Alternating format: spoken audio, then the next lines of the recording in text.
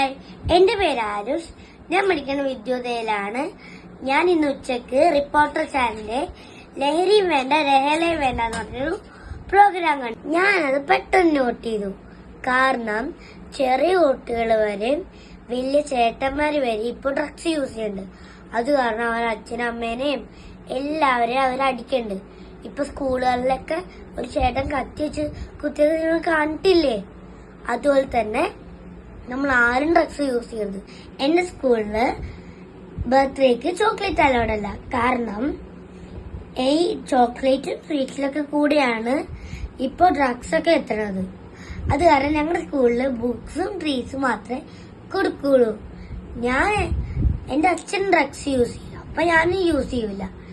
വീട് നന്നായാൽ നാട് നന്നാവും, നാട് നന്നായാൽ ലോകം നന്നാവും. പരിചയമില്ലാത്തവര് എന്ത് തന്നാലും നമ്മൾ മേടിച്ച് കഴിക്കരുത്.